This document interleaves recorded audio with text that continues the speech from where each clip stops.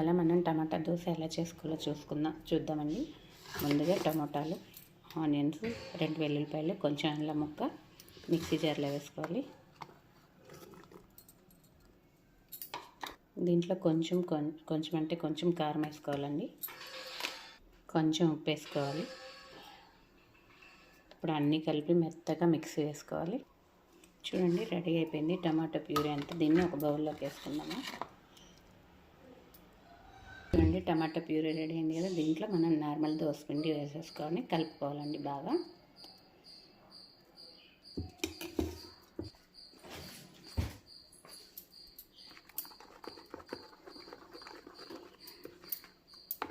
పిల్లలకి ఇలా టమాటా ఇష్టం లేకపోయినప్పుడు ఇలా చేసి పెట్టేస్తే ఈజీగా తినేస్తారనమాట.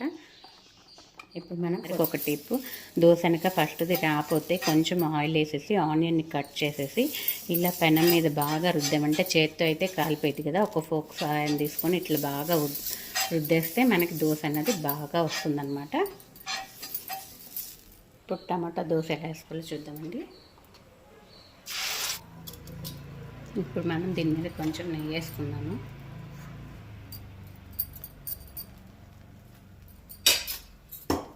నెయ్యి వేసుకొని బాగా స్ప్రెడ్ చేసుకుందాం.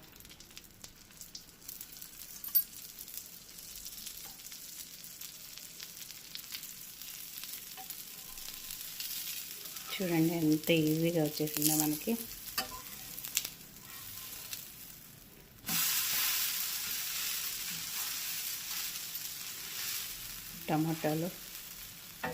టమాటా దోశ.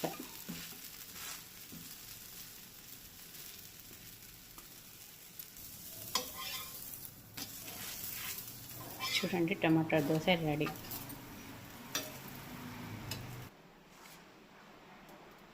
టమాటా దోశ, బొంబాయి చట్నీ, ఉల్లిగడ్డ కారం అండి, మా ఆయన ఫేవరెట్.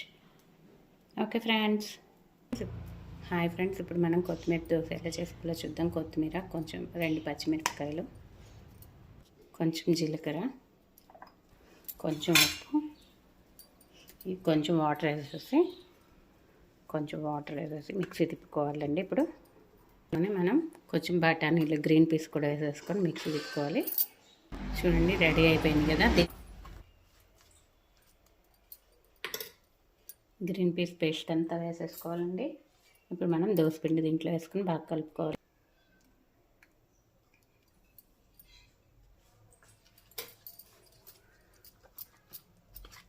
ఇప్పుడు బాగా కలుపుకొని మనం దోశ వేసుకోవాలండి. చాలా బాగుంటుంది. గ్రీన్ పీస్ తిన్న వాళ్ళు కూడా ఇలా చేస్తే మనకి బాగా తినేస్తారనమాట, పిల్లలు ఇష్టంగా. ఇప్పుడు దోశ వేసుకుందాం. మనం దోశ వేసుకుందాము.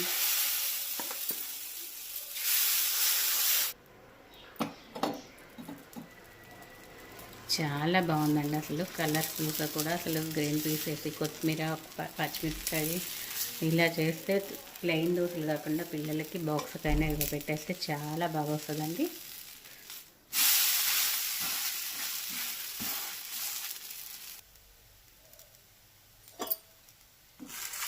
చూడండి ఎంత బాగా రోస్ట్ అయిందో. ఇప్పుడు మనం ఇది తీసేసుకుందాం, ఒక ప్లేట్లోకి సర్వ్ చేసుకుందాం.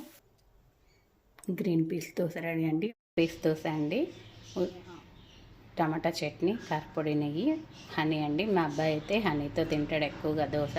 మీ పిల్లలు కూడా ఎవరైనా హనీతో తింటారా? ఓకే అండి, మిక్సీ అయినా వేసుకోవచ్చు. నేనైతే తురుముకుంది వేసుకున్నాను. వేసుకొని దీంట్లో కొంచెం కారం, అంటే ఎక్కువగా వద్దండి, కొంచెం కారము, కొంచెం ఉప్పు వేసేసి మనం ఇప్పుడు దోసపిండి వేసుకుందామండి. దీంట్లో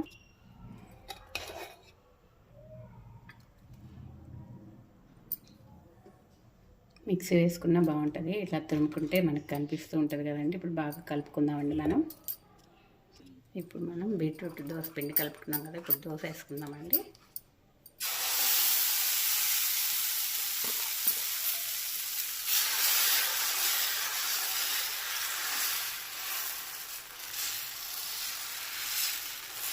ఇది మిక్సీ వేసుకుంటే కనుక ఫుల్ కలర్ చేంజ్ అయిపోయింది. నేనైతే తురిమేసాను. పొద్దున వాళ్ళకి బీట్రూట్ రైస్ చేశాను పిల్లలకి బాక్స్కి. ఇంక ఇలా కొంచెం బీట్రూట్ ఇలా ఉంచేసి నేను ఒకటి వేసుకున్నానండి దోశ. దీని మీద కొంచెం ఆయిల్ వేసేద్దాం. చూడండి ఎంత ఈజీగా వచ్చేసిందో. ఇలా రెండు వైపులా కాల్చుకుందాం. చూసారండి ఎంత బాగుందో అసలు దోశ. వైట్ రెడ్ కొంచెం పింకిష్ సూపర్గా ఉంది. ఇప్పుడు నేను సర్వ్ చేసుకుందాం. ఇది చీరాల స్పెషల్ బొంబాయి చట్నీ అండి. ఎలా తయారు చేయాలో చూద్దాము. ముందుగా చింతపండు రసం తీసుకొని దాంట్లో 2 స్పూన్లు కారం వేసేసి 1 స్పూన్ శనగపిండి వేసేసి బాగా కలుపుకోవాలండి. ఉప్పు కూడా వేసేసి ఇప్పుడు బాగా కలపాలండి, ఉండలు లేకుండా శనగపిండిని.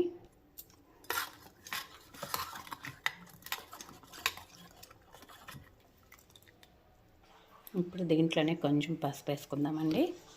వేసేసుకొని ఇప్పుడు మనం తాలింపు పెట్టుకుందాము. ఒక బౌల్ పెట్టుకొని ఆయిల్ హీట్ అయిన తర్వాత కొంచెం ఆవాలు, జీలకర్ర, కొన్ని అల్లం ముక్కలు, కరివేపాకు, కొంచెం ఇంగువ, కొంచెం పసుపు, ఆల్రెడీ ముందుగా రెడీ చేసుకున్నాం కదా శనగపిండి, చింతపండు, కారం, ఉప్పు ఇదంతా వేసేసి కలుపుకోవాలి. వేయంగానే కలుపుతూ ఉండాలండి, లేకపోతే ఉండలు కట్టేస్తాయి అన్నమాట. సిమ్లో పెట్టుకొని బాగా కలుపుతూ ఉండాలి. ఇది మా అత్తయ్య గారు బాగా చేస్తారండి, నాకు అసలు రాదు. మా ఊర్లో చేయరు కూడా. చీరాల్లో అయితే ఫేమస్ అనమాట. అన్ని షాపుల్లో అమ్ముతారు బొంబాయి చట్నీ అని. కొంచెం ధనియాలు వేస్తారు తాలింపులో. మా ఇంట్లో ఎవరు తినరు కాబట్టి నేను ఇలా చేస్తానండి. ఇది ఒక 10 నిమిషాలు కలుపుతూనే ఉండాలండి.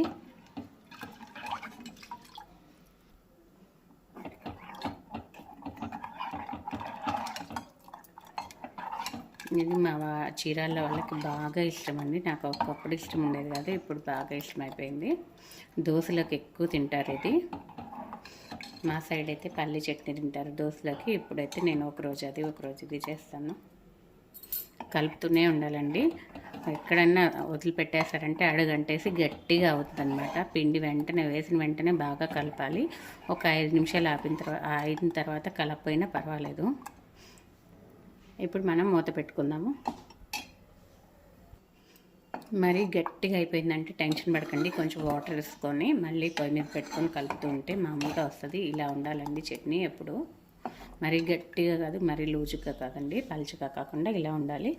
ఇది రెడీ అయిపోయిందండి.